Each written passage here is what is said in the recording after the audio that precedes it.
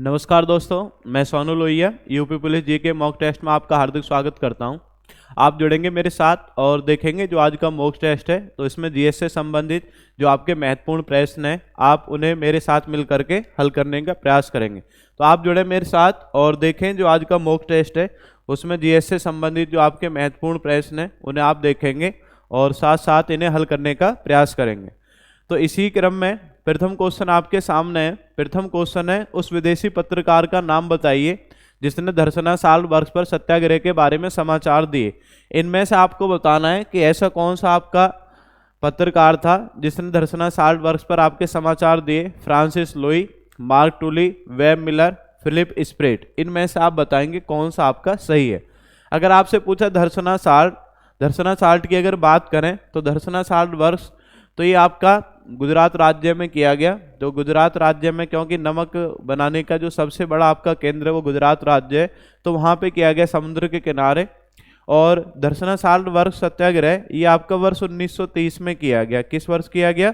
1930 में किया गया। धरसना साल्ट वर्क्स 1930 में किया गया। अब यहाँ पे क्या है, जो आपकी स्थानीय पुलिस थे, स्थानीय पुलिस ने जो आपका सत्याग्रह कर रहे थे तो इन लोगों को घेर लिया और घेरने के कारण बहुत सारे लोग आपके घायल भी हो गए इसमें, और उसके बाद में कई लोगों की इसमें मृत्यु हो गई। तो इसे बोलते हैं धरसना साल्ट वर्क्स।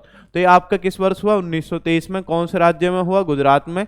लेकिन इसमें जो समाचार देने का जो कार्य है तो वो आपको व्यक्ति याद रखना है कि वो पत्रकार कौन था। ये पूछा हुआ क्वेश्चन है, बहुत अच्छा क्वेश्चन है आपका, और आपको वो व्यक्ति याद रखना है। उस व्यक्ति का नाम क्या है? Web Miller. क्या नाम है आपका? Web Miller. तो इसे आप ध्यान रखेंगे, किसने समाचार दिए थे? Web Miller. आगे बढ़ते हैं, नेक्स्ट क्वेश्चन देखते हैं। नेक्स्ट है, निम्नलिखित में से कौन सा युग्म सही सुमेलित नहीं है? एक तरफ आपके संविधान के स्रोत हैं और एक तरफ आपका देश है कि ये संविधान का जो स्रोत है हमने कौन से देश से आपका स्वीकार किया है। अब आप देखेंगे जैसे यहाँ पे दिख रहा है आपको मौलिक अधिकार, तो आपको बताना है कि मौलिक अधिकार हमने अमेरिका से लिए या किसी अन्य देश से लिए। ऐसे यहाँ पे ऑप्शन भी है, राज्य के नीति निदेशक तत्व आपसे पूछा गया है आयरलैंड से लिए या किसी अन्य देश से लिए। फिर आपकी केंद्र की अवशिष्ट शक्तियाँ, ये हमने ऑस्ट्रेलिया से लिए या किसी अन्य देश से लिए।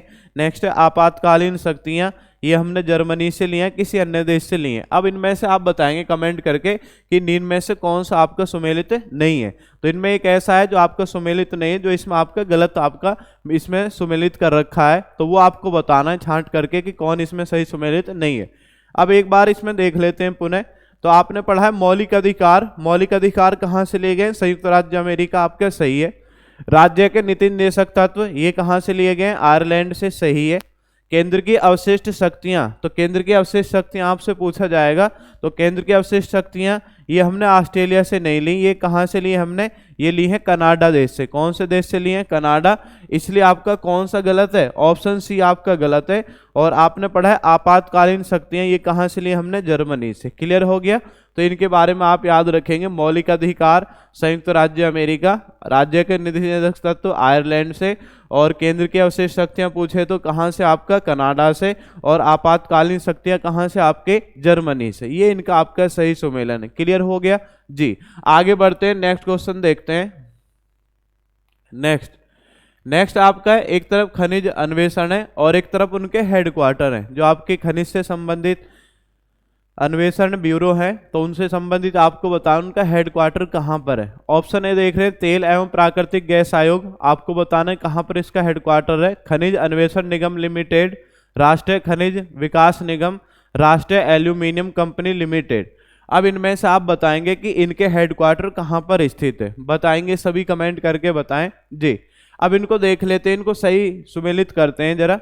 तेल एवं प्राकृतिक गैस आयोग, इसका अगर हेडक्वार्टर आपसे पूछ रहा है, इसका हेडक्वार्टर कहाँ पर है? इसका हेडक्वार्टर आपका नई दिल्ली में।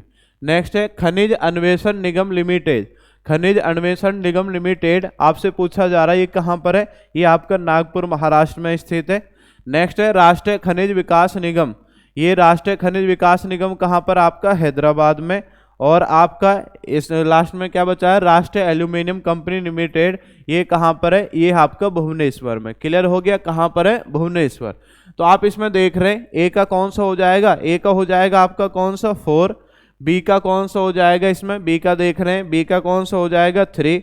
बी का कौन सा हो जाएगा? ए का हो गया 4, बी का कौन सा हो जाएगा, इधर मैं लिख देता हूँ, ए का कौन सा हो जाएगा आपका 4, उसके बाद में बी का कौन सा हो जाएगा, बी का हो जाएगा आपका 3, उसके बाद में क्या है सी का कौन सा हो जाएगा, सी का हो जाएगा आपका 2, और उसके बाद डी का कौन सा हो जाएगा, डी का हो जाएगा आपका 1। तो इस तरीके से आपका सही सुमेलित इनको किया गया है। क्लियर हो गया सभी का जी।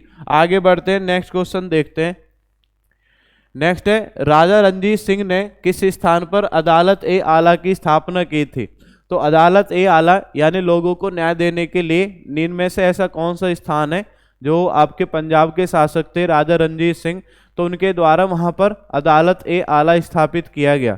तो आपको बताना है जी, अदालत ए आला कहाँ पे स्थापित किया था राजा रणजीत सिंह ने, पंजाब के शासक राजा रणजीत सिंह आपने पढ़े होंगे। तो इसमें अमृतसर, फिरोजपुर, लाहौर, मुल्तान, इनमें से आपको बताना है कि कौन सा ऐसा स्थान है जहां पर अदालत ए आला या न्याय व्यवस्था के लिए आपकी वहां पे स्थापना की। तो ऐसे व्यक्ति तो राजा रणजीत सिंह थे, लेकिन स्थान कौन सा स्थान आप बताएंगे। तो स्थान आप याद रखेंगे ऑप्शन सी। ऑप्शन सी क्या है आपका, लाहौर। ऑप्शन सी क्या है आपका, लाहौर। तो यहाँ पे किसकी स्थापना की, अदालत ए आला की स्थापना की। क्लियर हो गया, किसकी स्थापना की, अदालत ए आला। आगे बढ़ते हैं, नेक्स्ट क्वेश्चन देखते हैं। भारतीय संसद की कार्यवाही में शून्यकाल का अर्थ क्या है। भारतीय संसद की कार्यवाही में शून्यकाल का अर्थ क्या है।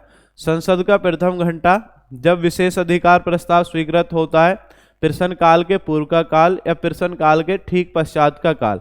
इनमें से आप बताएंगे कि कौन सा आपका इसमें सही सुमेलित है या कौन सा ऑप्शन आपका सही है। संसद आप पढ़ते हैं, भारतीय संसद, भारतीय संसद आप पढ़े हैं आर्टिकल 79। कौन सा आर्टिकल है, आर्टिकल 79। तो आर्टिकल 79 में संसद का गठन और संरचना आपका दिया गया है, जिसमें आपका लोकसभा, राज्यसभा और कौन आपका राष्ट्रपति यानी प्रेसिडेंट। ठीक है, तो इन तीनों से मिलकर के किसका निर्माण होता है, संसद का निर्माण होता है। उसके बाद में यहाँ से क्वेश्चन पूछा है कि शून्यकाल अर्थ क्या है। तो शून्यकाल होता क्या है, जैसे संसद की कार्यवाही आपकी चलती है, या आप कह सकते हैं जो प्रश्नकाल होता है, प्रश्नकाल के तुरंत बाद का जो आपका समय है वो क्या कहलाता है, शून्यकाल। और शून्यकाल किस देश की देन है, ये भारत देश की देन है। और शून्यकाल जो व्यवस्था है ये भारत देश के द्वारा किस वर्ष दिया गया, इसे भी आप याद रखेंगे 1962 में दिया गया। और कौन से देश की देन है, ये देश याद रखेंगे, कौन सा देश आपका, भारत देश की देन है शून्यकाल। तो आप इसमें याद रखें ऑप्शन कौन सा सही है, ऑप्शन है प्रश्न काल के ठीक पश्चात का जो काल है ये क्या कहलाएगा, ये क्या कहलाएगा आपका शून्यकाल। क्या कहलाएगा बताएं, शून्यकाल कहलाएगा। प्रश्न काल के ठीक पश्चात का जो काल है क्या कहलाएगा, शून्यकाल। क्लियर हो गया जी। आगे बढ़ते हैं, नेक्स्ट क्वेश्चन देखते हैं। नेक्स्ट क्वेश्चन क्या है, निम्नलिखित में से कौन सा एक युग्म सही सुमेलित नहीं है। एक तरफ आपके तीर्थंकर हैं जो आपके जैन धर्म से संबंधित, और एक तरफ उनके निर्वाण स्थल आपके दे रखे हैं। तो आपको बताना है कि कौन से तीर्थंकर का निर्वाण स्थल सही सुमेलित नहीं है, बताएंगे सभी। तो जैन धर्म आप पढ़ते हैं, जैन धर्म आपने पढ़ा होगा। जैन धर्म के संस्थापक कौन है, जैन धर्म के संस्थापक आप पढ़ते हैं कौन, ऋषभदेव। लेकिन वास्तु संस्थापक कौन है, वास्तु संस्थापक आपका महावीर स्वामी। और महावीर स्वामी क्रम के अनुसार कौन से तीर्थंकर हैं, महावीर स्वामी क्रम के अनुसार आपके 24वें तीर्थंकर। ये सब आपने क्वेश्चन पढ़ रखे हैं। क्लियर हो गया जी। और बहुत सारा इसमें विवरण है जैन धर्म में, लेकिन यहाँ पे आप देखें क्वेश्चन को, जैन धर्म तो निर्वाण स्थल ऋषभनाथ अष्टापद, ये आपका सही है ऋषभनाथ। सम्मेद शिखर आपने पढ़ा होगा, जो जैन धर्म के आपके 23वें तीर्थंकर हैं। 23वें तीर्थंकर कौन है, 23वें तीर्थंकर है पार्श्वनाथ। तो पार्श्वनाथ का जो निर्वाण स्थल है सम्मेद शिखर है। और सम्मेद शिखर कौन से राज्य में पड़ता है, ये झारखंड राज्य में पड़ता है सम्मेद शिखर। तो ये आपके जैन धर्म के कौन से तीर्थंकर हैं, 23वें तीर्थंकर। उनका निर्वाण स्थल क्या, कौन सा आपका सम्मेद शिखर, और कहाँ पे पड़ता है, झारखंड में। नेमिनाथ उज्जैन ये आपका सही है। और महावीर स्वामी पावापुरी ये भी आपका सही है। क्लियर हो गया। तो इसमें आपको याद रखना है option B, option B Sammed Shikhar किसका, आपका पार्श्वनाथ का। क्लियर हो गया, सम्मेद शिखर किसका, आपका पार्श्वनाथ। आगे बढ़ते हैं, नेक्स्ट क्वेश्चन देखते हैं। नेक्स्ट, निम्नलिखित में से कौन भारत के पूर्वी तट पर स्थित भारत की सबसे बड़ी लैगून झील कौन सी है। आप बताएंगे इनमें से भारत की सबसे बड़ी लैगून झील कौन सी है। पुलिकट, चिल्का, कोलेरू, किलीवेली, इनमें से आप बताएंगे भारत की सबसे बड़ी लैगून झील कौन सी है। तो लैगून झील हम उस झील को बोलते हैं जो समुद्र के किनारे झील होती है, उसको क्या बोला जाता है, आपका लैगून झील बोला जाता है। अब इनमें से आप बताएंगे कमेंट करके कि सबसे बड़ी लैगून झील आपकी कौन सी जो पूर्वी तट पर स्थित है। तो पूर्वी तट पर स्थित भारत की सबसे बड़ी जो लैगून झील है वो कौन सी है, आप बताएंगे। तो वो जो आपकी झील है, तो आप याद रखेंगे इस झील का नाम क्या है, इस झील का नाम क्या है, इस झील का नाम क्या है, चिल्का झील। कौन सी झील है, चिल्का झील। और चिल्का झील कौन से राज्य में स्थित है, चिल्का झील चील उड़ी। तो उड़ी से याद रखेंगे चिल्का झील कहाँ पर है, चील उड़ी। उड़ी से बन जाएगा आपका उड़ीसा। तो चिल्का झील कौन से राज्य में स्थित है, उड़ीसा में। तो खारे पानी की सबसे बड़ी तटीय झील कौन सी आपकी, चिल्का झील उड़ीसा। क्लियर हुआ। उसके बाद में जैसे अन्य झील यहाँ पे दे रखे हैं, पुलिकट। पुलिकट आपको याद रखेंगे, पुलिकट ये आंध्र प्रदेश और कौन सा दूसरा राज्य है, आंध्र प्रदेश व तमिलनाडु की सीमा पर है। लेकिन इसका लगभग हम कह सकते हैं 95 जो आपका एरिया है वो आंध्र प्रदेश राज्य के अंतर्गत आता है। कुलेरू, कुलेरू कहाँ पर है, कुलेरू आपका आंध्र प्रदेश राज्य में स्थित है। किलीवेली आपसे पूछे, किलीवेली कहाँ पर है, किलीवेली आपकी तमिलनाडु में। और ये भी याद रखेंगे भारत में मीठे पानी की सबसे बड़ी झील, भारत में मीठे पानी की सबसे बड़ी झील कौन सी है, मीठे पानी की। तो याद रखेंगे वूलर झील। और वूलर झील कहाँ पर है, वूलर झील आपका जम्मू कश्मीर में स्थित है। कहाँ पर स्थित है, जम्मू कश्मीर में। मीठे पानी की सबसे बड़ी झील वूलर झील, जम्मू कश्मीर। और ये भी याद रखेंगे भारत की प्रथम रामसर साइट कौन सी झील है, चिल्का झील। चिल्का झील को रामसर साइट के रूप में किस वर्ष मान्यता दी गई थी, 1981 में। क्लियर हुआ जी। आगे बढ़ते हैं, नेक्स्ट क्वेश्चन देखते हैं जी, आगे बढ़ेंगे। नेक्स्ट, निम्नलिखित में से कौन सा शब्द भारतीय संविधान की प्रस्तावना में उल्लेखित नहीं है। भारतीय संविधान की प्रस्तावना आपने पढ़ा होगा, तो भारतीय संविधान की प्रस्तावना में कौन सा शब्द आपका नहीं मिलता, संप्रभुता, लोकतंत्रात्मक, पंथनिरपेक्ष या संघीय। इनमें से आपको बताना। प्रस्तावना आपने पढ़ा है सभी ने, भारतीय संविधान की प्रस्तावना पहले से उद्देश्य प्रस्ताव के नाम से आपका जवाहरलाल नेहरू के द्वारा प्रस्तुत किया गया 13 दिसंबर 1946। उसके बाद में 22 जनवरी 1947 में इसे स्वीकार कर लिया गया। और प्रस्तावना में अब तक कितनी बार संशोधन हुआ है, केवल एक बार आपका संशोधन हुआ है। और वो कब हुआ था, आपका 42वां संविधान संशोधन 1976। तो उसमें 3 शब्द हमने जोड़े, समाजवादी, पंथनिरपेक्ष और अखंडता।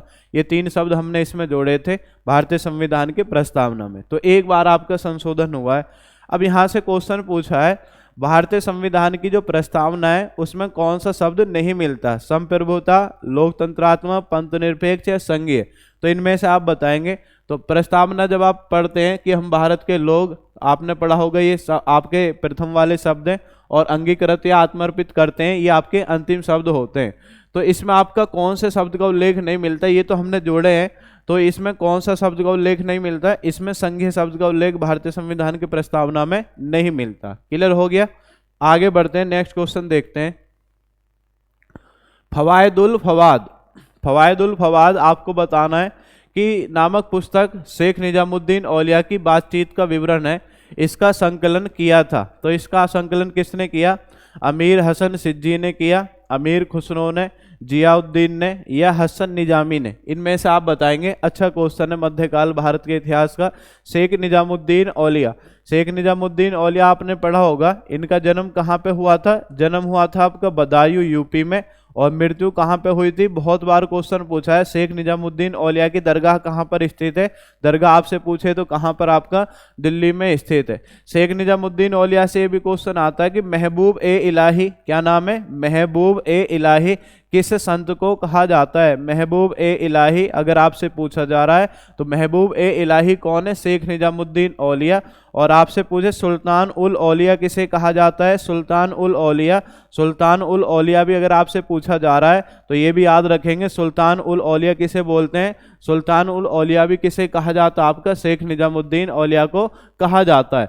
इसी में आपसे पूछा जाएगा कि ये गयासुद्दीन तुगलक से यह किसने कहा था कि दिल्ली अभी दूर है, गयासुद्दीन तुगलक से, गयासुद्दीन तुगलक से किसने कहा था, दिल्ली अभी दूर है, गयासुद्दीन तुगलक से दिल्ली अभी दूर है। तो ये भी किसने कहा था, ये भी आपका कहा था ये किसने कहा था दिल्ली अभी दूर है? शेख निजामुद्दीन औलिया। शेख निजामुद्दीन औलिया से आपके ज़्यादातर क्वेश्चन हैं जो आपके पूछे जाते हैं। उसके बाद में यहाँ से पूछा फवायदुल फवाद, तो आपको याद रखना है ये किसका आपका संकलन किसने किया है, कौन सा ऐसा व्यक्ति है, तो इसे याद रखेंगे ऑप्शन ए अमीर हसन सिद्दी ने इसका संकलन किया है। इसलिए ऑप्शन कौन सा आपका सही हो जाएगा? Option A. कौन सा ऑप्शन सही हो जाएगा? Option A. आगे बढ़ते हैं, नेक्स्ट क्वेश्चन देखते हैं जी। नेक्स्ट है रिंगल मेल स्केल का प्रयोग निम्नलिखित में से किसके घनत्व मापन में होता है? रिंगल मेल स्केल आप बताना है, तो धुआं, प्रदूषित जल, कोहरा, ध्वनि, इनमें से आप बताएंगे किसके मापन के लिए इसका प्रयोग किया जाता है। तो इसका ऑप्शन ए में क्या है? ऑप्शन ए आपका धुआं, तो इसके लिए इसका प्रयोग किया जाता है। आगे बढ़ते हैं, नेक्स्ट क्वेश्चन देखते हैं। निम्नलिखित में से कौन सा युग्म सही सुमेलित नहीं है? एक तरफ आपका दे रखा है स्थान और एक तरफ आपका जनजाति की, कौन सी जनजाति किस स्थान से आपकी सही सुमेलित नहीं है? अलास्का कोरियाक, बोर्नियो पुनान, अरब मरुस्थल रुबाला, स्वीडन तथा फिनलैंड लेप्स। अब इनमें से आप बताएंगे कौन सही इसमें सुमेलित नहीं है। अलास्का आप पढ़ रहे हैं, अलास्का कहाँ पर है? अलास्का आप पढ़ते हैं यूएसए का पार्ट है। और कौन सी जनजाति यहाँ पे? कोरियाक। ये आपका गलत है, यहाँ पे कोरियाक। कोरियाक आपसे पूछा जा रहा है, कोरियाक आपका रूस में है, रूस में कोरियाक जनजाति, और रूस में भी एक आपका प्रायद्वीप पड़ता है। प्रायद्वीप का नाम क्या है? कामचटका प्रायद्वीप। क्या नाम है प्रायद्वीप का? कामचटका प्रायद्वीप। तो यहाँ पे कौन सी आपकी मिलती है जनजाति? कोरियाक। और कहाँ पर आपका? रूस में मिलती है। पुनान आपसे पूछा जा रहा है, पुनान आपका बोर्नियो, सही है, बोर्नियो आप पढ़ते हैं। एशिया महाद्वीप का सबसे बड़ा द्वीप कौन सा है? बोर्नियो। उसके बाद में आप पढ़ रहे रुबाला अरब मरुस्थल आपका सही है। स्वीडन तथा फिनलैंड लेप्स ये आपका सही है। तो इसमें कौन सही नहीं है? इसमें आपका ऑप्शन ए कोरियाक नहीं है। कोरियाक कहाँ पे मिलता है? आपका रूस कामचटका प्रायद्वीप में। आगे बढ़ते हैं, नेक्स्ट क्वेश्चन देखते हैं। नेक्स्ट पंचायती राज पर निम्न समितियों पर विचार कीजिए तथा उन्हें कालक्रम अनुसार व्यवस्थित करें। आपको बताना है कि इसमें जो पंचायती राज आप पढ़ते हैं, पंचायती राज भाग 9 में पंचायती राज के बारे में दिया गया भारतीय संविधान में। और बाद में हमने 73वां संविधान संशोधन आपका किया था 1992 में, और उसके माध्यम से हमने 11वीं अनुसूची जोड़ी, और 11वीं अनुसूची जोड़ करके जो आपका पंचायती राज इसको संवैधानिक दर्जा दिया, जो 24 अप्रैल 1993 में आपका लागू हुआ था। और आप पढ़ते भी हैं कि प्रत्येक वर्ष पंचायती राज दिवस कब बनाया जाता है? 24 अप्रैल को हम बनाते हैं। और उसमें 11वीं अनुसूची में कुल कितने विषय? 29 विषय उसमें शामिल किए गए। और आपसे अगर ये पूछा जाए कि पंचायती राज स्वीकार करने वाला जो आपका पहला राज्य है, पंचायती राज सबसे पहले कहाँ पे लागू किया गया, तो आपने पढ़ा है 2 अक्टूबर 1959 को नागौर राजस्थान से आपका शुरू किया है। ये सब क्वेश्चन आप पढ़ चुके हैं। लेकिन यहाँ से आपका क्वेश्चन पूछा है कि आपके जो पंचायती राज से संबंधित समिति हैं, तो इनमें सबसे पहले उसके बाद कौन सी समिति आपकी गठित की गई, उनके समय आपको बताना है। जैसे ऑप्शन ए देख रहे हैं, अशोक मेहता समिति। अशोक मेहता समिति आप पढ़ते हैं, इसका जो गठन है ये कब किया गया था? अशोक मेहता समिति का, अशोक मेहता समिति आप याद रखेंगे, इसका गठन किया गया 1977 में। कब किया गया? 1977 में। एल.एम. सिंघवी समिति आपसे पूछा जाए, इसका गठन कब किया गया? इसका गठन किया गया 1957 में। एल.एम. सिंघवी आगे बढ़ेंगे। एल.एम. सिंघवी समिति अगर आपसे पूछा जाए, इसका गठन किया गया 1986 में। नेक्स्ट है बी.आर. मेहता, बलवंत राय मेहता समिति, आपसे पूछा जाए इसका गठन कब किया गया? 1957 में। और जी.वी.के. राव समिति, इसका गठन कब किया गया? 1985 में। अब इनके अलग अलग कार्य भी आपको याद होने चाहिए। जैसे अशोक मेहता है, इसमें 2 शब्द हैं, एक अशोक है, एक मेहता है। तो क्वेश्चन आता है पंचायत का 2 स्तरीय मॉडल, कौन सा मॉडल है? 2 स्तरीय मॉडल कौन सी समिति ने दिया था? 2 स्तरीय मॉडल आप याद रखेंगे, अशोक मेहता समिति ने आपका दिया। उसके बाद है एल.एम. सिंघवी समिति, आपसे पूछा पंचायत को संवैधानिक दर्जा देने की जो मांग है वो कौन सी समिति ने आपकी सबसे पहले की थी? एल.एम. सिंघवी समिति। और ये किस वर्ष? 1986। उसके बाद है बलवंत राय मेहता, 3 शब्द हैं, बलवंत मतलब बी.आर. मेहता, पूरा नाम बनता है बलवंत राय मेहता, 3 शब्द हैं। क्वेश्चन आता है पंचायत का त्रिस्तरीय मॉडल, क्या है आपका पंचायत का त्रिस्तरीय मॉडल, ये किस समिति ने दिया था? ये समिति का नाम याद रखेंगे, बलवंत राय मेहता। उसके बाद में जी.वी.के. राव, 4 शब्द हैं, 1, 2, 3 और 4। तो जीवी के राव। आपसे पूछा जाएगा पंचायत का 4 स्तरीय मॉडल, कितना आपका 4 स्तरीय मॉडल, ये किस समिति ने दिया? 4 स्तरीय मॉडल आप याद रखेंगे, 4 स्तरीय मॉडल कौन सी समिति ने दिया? आपका जीवी के राव समिति। तो इस तरीके से इनका आपके वर्ष है और इनके कार्य हैं। अब यहाँ पे देखेंगे सबसे पहले कौन सा आएगा, सबसे पहले आएगा आपका थर्ड के बाद कौन सा आएगा? थर्ड के बाद आएगा आपका फर्स्ट आएगा, फर्स्ट के बाद आपका कौन सा आएगा? आपका फोर्थ, और फोर्थ के बाद क्या आएगा? फोर्थ के बाद आएगा आपका सेकंड। ठीक है, तो अब इसमें देख लेते हैं इसमें कौन सा है, थर्ड, फर्स्ट, फोर्थ और आपका सेकंड। तो कौन सा ऑप्शन सही है? ऑप्शन बी आपका सही है। क्लियर हो गया जी। आगे बढ़ते हैं, नेक्स्ट क्वेश्चन देखते हैं। पीएच मान 7 से कम वाले पदार्थ हैं, तो इनमें से आपको बताना पीएच मान, जो पीएच वैल्यू होती है, जैसे 7 से कम होता है तो अम्लीय है, और 7 से ऊपर होता है आपका क्षारीय है, और 7 पे क्या होता है? उदासीन। अब आपको बताना है पीएच मान जो 7 से कम वाले पदार्थ कौन कौन है। इनमें अमाशय रस, काफी, सेब का रस, कार की बैटरियों का तरल। अब इनमें से आप बताएंगे जो पीएच वैल्यू आपकी 7 से कम सभी की होती है, या इनमें से 1, 2, 3 या जिसकी भी है आपको वो बताना है। अमाशय रस आप पढ़ते हैं, अमाशय रस तो हमारे जो पेट में रहता है उसे क्या बोलते हैं? अमाशय रस। अमाशय रस का जो पीएच मान होता है वो कितना होता है? ये होता है 1.5 से 3.5 के बीच आपका कितना होता है? अमाशय रस का पीएच मान होता है 1.5 से, और आपका कितना है? 3.5। कॉफी का पीएच मान अगर आपसे पूछा जाए लगभग 5, कितना होता है? 5 के समथिंग आपका कॉफी का होता है। सेब के रस की जो पीएच वैल्यू है ये होती है 3, और कार की बैटरियों का जो तरल है सल्फ्यूरिक अम्ल का जो पीएच वैल्यू होती है वो कितना होता है? 1। क्लियर हो गया। अब इनमें आपको देखेंगे तो ये 7 से कम वाले पदार्थ आपसे पूछा है, तो 7 से कम है ये सभी, तो इसमें आपका कौन सा ऑप्शन सही हो जाएगा? ऑप्शन हो जाएगा उपयुक्त सभी। कौन सा हो जाएगा आपका? उपयुक्त सभी। ये आपका पीएच मान क्या होता है? पीएच मान इनका सबका 7 से आपका कम होता है। आगे बढ़ेंगे, नेक्स्ट क्वेश्चन देखते हैं। नेक्स्ट, निम्नलिखित में से सबसे उपयुक्त विद्युत चालक है। आपको बताना है कि जो विद्युत धारा के लिए सबसे अच्छा इसमें धातु कौन सी है जिसमें एक स्थान से दूसरे स्थान पर विद्युत आपका आसानी से जा सके। सोना, कॉपर या तांबा, एल्यूमिनियम, सिल्वर। इनमें से आप बताएंगे विद्युत का सबसे अच्छा चालक या सुचालक आप पढ़ते हैं तो कौन होता है? विद्युत का सबसे अच्छा सुचालक होता है आपका सिल्वर, या इसे क्या बोलते हैं आप? किससे प्रदर्शित करते हैं? एजी से प्रदर्शित करते हैं। क्लियर हो गया। कौन होता है आपका? सिल्वर होता है विद्युत का सबसे अच्छा चालक। आगे बढ़ेंगे, नेक्स्ट क्वेश्चन देखते हैं।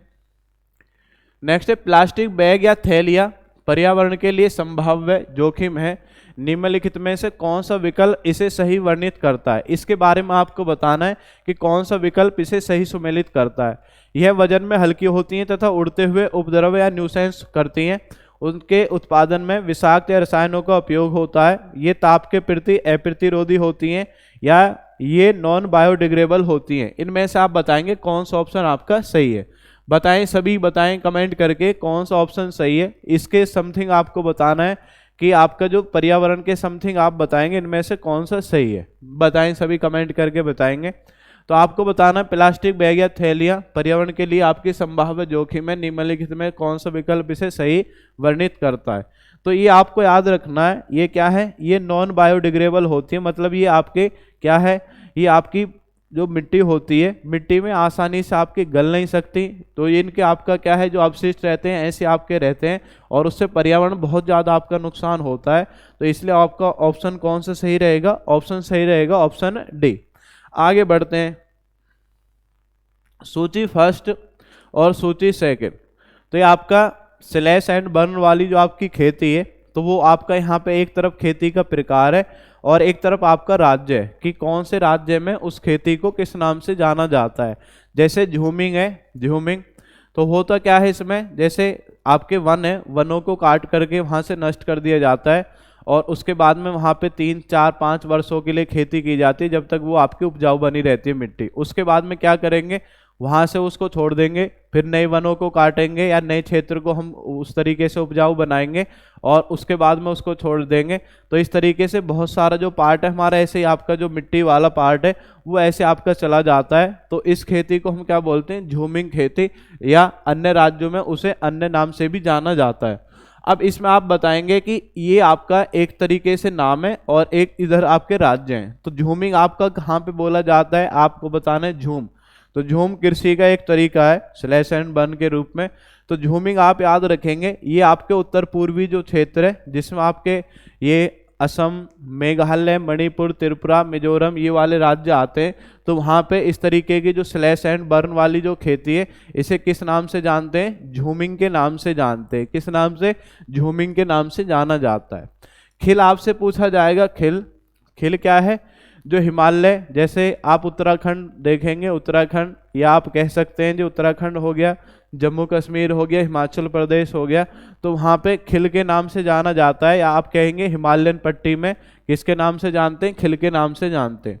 नेक्स्ट है ब्रिंगा या बरिंगा। ब्रिंगा या बरिंगा आपसे पूछा जाए ये कहाँ पर है, ब्रिंगा या बरिंगा। ब्रिंगा या बरिंगा आपकी होती है उड़ीसा राज्य में। कहाँ पर, उड़ीसा राज्य में, जो आपका वन वाला क्षेत्र है। और वालरे पूछे, वालरे कहाँ पर है, वालरे आपका राजस्थान में। वालरे कहाँ पर है, राजस्थान में। तो ए का कौन सा हो गया, ए का हो गया आपका 4, ए का हो गया 4। बी का आपसे पूछा जाए, बी का कौन सा हो जाएगा इसमें, बी का हो जाएगा आपका 3। बी का हो जाएगा कौन सा आपका 3। क्लियर हो गया, बी का हो जाएगा 3। इसमें आपका सही सुमेलित नहीं, इसमें ऑप्शन आपका गलत है, तो आप इस पे ध्यान देना है। ए का कौन सा हो जाएगा, ए का हो जाएगा आपका 4 हिमालयन पट्टी, ए का हो जाएगा 3, सॉरी ए का देखेंगे आप 3, एक बार देख लेते हैं दोबारा से। ए का क्या हो जाएगा, ए का हो जाएगा 3 उत्तर पूर्वी क्षेत्र। यहाँ पे एक साथ एक कलर से हो गया, इसलिए थोड़ा सा आपको प्रॉब्लम आ रही होगी, तो मैं दोबारा से इसमें बता देता हूँ। झूमिंग आपसे पूछ रहा है, झूमिंग, झूमिंग कहाँ पर है, झूमिंग है उत्तर पूर्वी क्षेत्र। तो ए का कौन सा हो जाएगा, ए का हो जाएगा 3। उसके बाद में क्या है, खिल, खिल आपसे पूछ रहा है, खिल कहाँ पर है, हिमालयन पट्टी। तो बी का कौन सा हो जाएगा, बी का हो जाएगा आपका 4।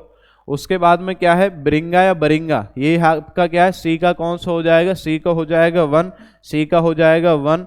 और उसके बाद में क्या है, वालरे, वालरे कहाँ पर है, ये राजस्थान में है।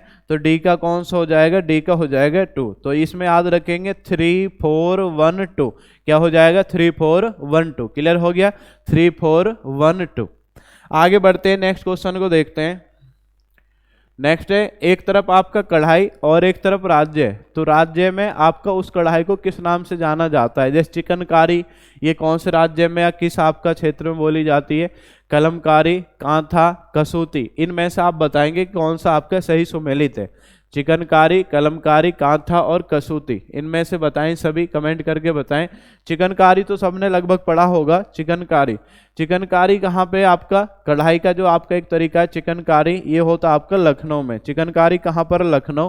कलमकारी आपसे पूछे, कलमकारी कहाँ पर है, कलमकारी आपकी आंध्र प्रदेश में, कलमकारी आंध्र प्रदेश में। कांथा, कांथा आप याद रखेंगे, कांथा कहाँ पर होता आपका बंगाल में। और कसूती, कैसे, कसूती कैसे, कर्नाटक, आप याद रखेंगे कसूती कहाँ पर है, कसूती कहाँ पर आपका कर्नाटक, कसूती कहाँ पर आपका कर्नाटक। क्लियर हो गया। चिकनकारी आपसे पूछा जा रहा है, चिकनकारी कहाँ पर है आपका लखनऊ। कलमकारी आपसे पूछा जाए आंध्र प्रदेश। कांथा आपसे पूछा जाएगा कहाँ पर है, बंगाल।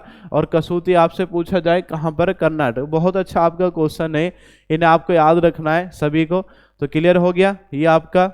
नेक्स्ट आगे बढ़ते हैं, नेक्स्ट क्वेश्चन देखते हैं। नेक्स्ट आपका सुमेलित कीजिए, एक तरफ आपके राज्य हैं और एक तरफ नृत्य है। आसान से आपके नृत्य आपने पढ़े होंगे, लगभग सभी नृत्य आसान नृत्य हैं सभी, जैसे भारतनाट्यम, कथक, कुचिपुड़ी, मोहिनीअट्टम, इनमें से आपको बताना सुमेलित करके। भारतनाट्यम आपने सबने पढ़ा होगा, भारतनाट्यम। भारतनाट्यम कहाँ का नृत्य है, भारतनाट्यम कहाँ पर आपका, तमिलनाडु का नृत्य है भारतनाट्यम। कथक उत्तर प्रदेश या उत्तर भारत आप कह सकते हैं। उसके बाद में क्या है, कुचिपुड़ी कहाँ का है आपका, आंध्र प्रदेश का। और उसके बाद में कौन सा है आपका, मोहिनीअट्टम। मोहिनीअट्टम कहाँ का है, केरल का। मोहिनीअट्टम कहाँ का, केरल का। तो ए का कौन सा हो जाएगा, ए का हो जाएगा आपका 2। बी का कौन सा हो जाएगा, बी का हो जाएगा 1। ए का 2, बी का 1। उसके बाद सी का कौन सा हो जाएगा 4 और डी का कौन सा हो जाएगा 3। इसलिए कौन सा ऑप्शन सही है, ऑप्शन सी सही है आपका, ऑप्शन सी। एक बार पुनः देख लेंगे, भारतनाट्यम कहाँ पर है, तमिलनाडु में। कथक कहाँ पर, उत्तर प्रदेश या उत्तर भारत। कुचिपुड़ी आंध्र प्रदेश। और मोहिनीअट्टम कहाँ पर है, मोहिनीअट्टम आपका केरल में। नेक्स्ट आगे बढ़ेंगे। अगर आपको मॉक टेस्ट अच्छा लग रहा हो तो आप लाइक वाला जो बटन है उसे जरूर प्रेस करेंगे सभी। देखते हैं नेक्स्ट क्वेश्चन आपका क्या है। पेरिस समझौते के नाम से किसे जाना जाता है? पेरिस एग्रीमेंट, पर्यावरण से जुड़ा हुआ आपका क्वेश्चन है। Paris agreement, COP 20, COP 21, COP 25, COP 27। COP का मतलब होता है कॉन्फ्रेंस ऑफ पार्टीज। तो ये पर्यावरण के लिए आपका प्रत्येक वर्ष सम्मेलन किया जाता है। कॉप के नाम से इसे जानते हैं, कॉन्फ्रेंस ऑफ पार्टीज। तो आपको बताना है पेरिस समझौता, जिसमें जो आपकी ग्रीन हाउस गैस होती हैं, और ग्रीन हाउस गैस में भी सबसे ज़्यादा जो प्रभावशाली होती है वो कौन सी होती है? कार्बन डाइऑक्साइड, जिससे आपका जो वातावरण का तापमान है, टेम्परेचर है, ये आपका बढ़ता जा रहा है कार्बन डाइऑक्साइड के माध्यम से। तो इसके उत्सर्जन में कमी लाने का इसका उद्देश्य रखा गया पेरिस समझौते में। तो पेरिस समझौता, इसमें आपको बताना है कौन से कॉप को पेरिस समझौते के नाम से जाना जाता है। पेरिस समझौता आपसे पूछा गया क्वेश्चन है। तो पेरिस समझौता क्या है? वर्ष 2015 में हमने किया, वर्ष 2015 में पेरिस समझौता। और पेरिस समझौते को हम किस नाम से जानते हैं? COP 21 के नाम से जानते हैं, क्योंकि पेरिस में किया गया इसलिए इसका पेरिस एग्रीमेंट भी कहा जाता है। और क्रम के अनुसार कौन सी COP से आए? COP 21 था। अगर आपसे पूछा जाए प्रथम COP या COP 1 का जो आयोजन है, COP 1 का आयोजन आपका ये कहाँ पे किया गया था? बर्लिन में किया गया। बर्लिन किसकी कैपिटल है? बर्लिन किसकी कैपिटल है? जर्मनी की। और COP 1 का जो आयोजन है, या COP आपसे पूछा जाए COP 1 का जो आयोजन ये किस वर्ष किया गया? 1995 में। और ये आपसे पूछा जाएगा कहाँ पे किया गया? बर्लिन जर्मनी में COP 1 का आयोजन किया गया। क्लियर हुआ? आगे बढ़ते हैं, नेक्स्ट क्वेश्चन देखते हैं।